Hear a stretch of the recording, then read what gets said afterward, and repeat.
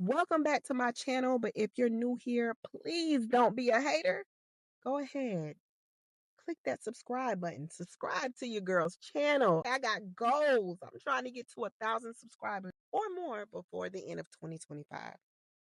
But on another note, I am going to show you how I make my Diri Djon Djon, which is otherwise known as black rice, mushroom rice, you name it. Regardless, it tastes good. Starting off with my ingredients, I have my lima beans. We're going to need some rice. And yes, we wash our rice over here.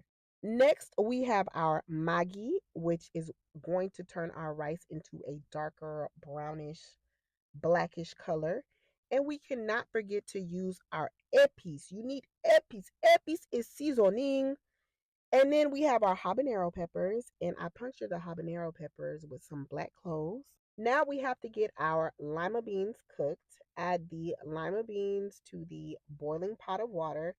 Be sure to hold on to that lima bean water after it is done cooking. This is green onion. We use it a lot when it comes to making our rice. Now, what's not shown here is some thyme and some parsley. I tend to get some parsley, fresh parsley, as well as thyme. I take the parsley and wrap it around the thyme. You're going to see that later on in the video, and you can choose to do that. What's missing is also my coconut milk, but I'm going to create another video to show you how I use all these ingredients. A little bit more detail. So I made sure that my lima bean was cooked by checking it. I'm going to remove the lima beans. Be sure to remove the lima beans from the water. Again, do not throw away the water because we're going to use that to boil our rice. You will need some oil because we have to be sure that we fry our green onion. Now, be sure that your green onion has a little brownish color. That's how you know that it's time to move on to the next step. After you have done that, we cannot forget our epis. I was being a little extra because I should have just poured it in there, but I was just doing too much. So you could just put your epis in there, the amount desired. Don't forget, I am going to include everything in the description box, all of the ingredients, measurements. I got you covered. Now that we have everything sizzling, looking good, you're going to get your cooked lima beans, all right?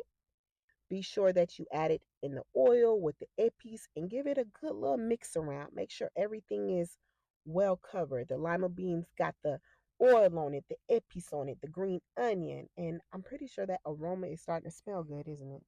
After you get everything situated, you're going to take that lima bean water and add it to your pot. This is why we didn't get rid of it, because we need our rice to be flavorful. This is me showing you that I added water to the blender that I used for the epis and I poured it in there. That means everything is flavorful, nothing is lacking. Now I'm taking my Maggi. As you could see, this is what causes the rice to change its color. So you're going to be sure to break it apart, and later on you're going to see how I make sure that everything is added and looking good. This is the parsley and the thyme that I added to my rice, the habanero pepper with the black cloves. And I did add just a little bit more salt. Maggi already has a lot of sodium, but I just added a little bit of it. Next, we're going to take our washed rice and add it to our lima beans. And now we are in action. Now, after some time has passed and you notice that the water has gone down, so some cooking has happened, I like to add some butter on top of my rice. And I use aluminum foil. Some people like to use bags, but I use aluminum foil to steam the rice.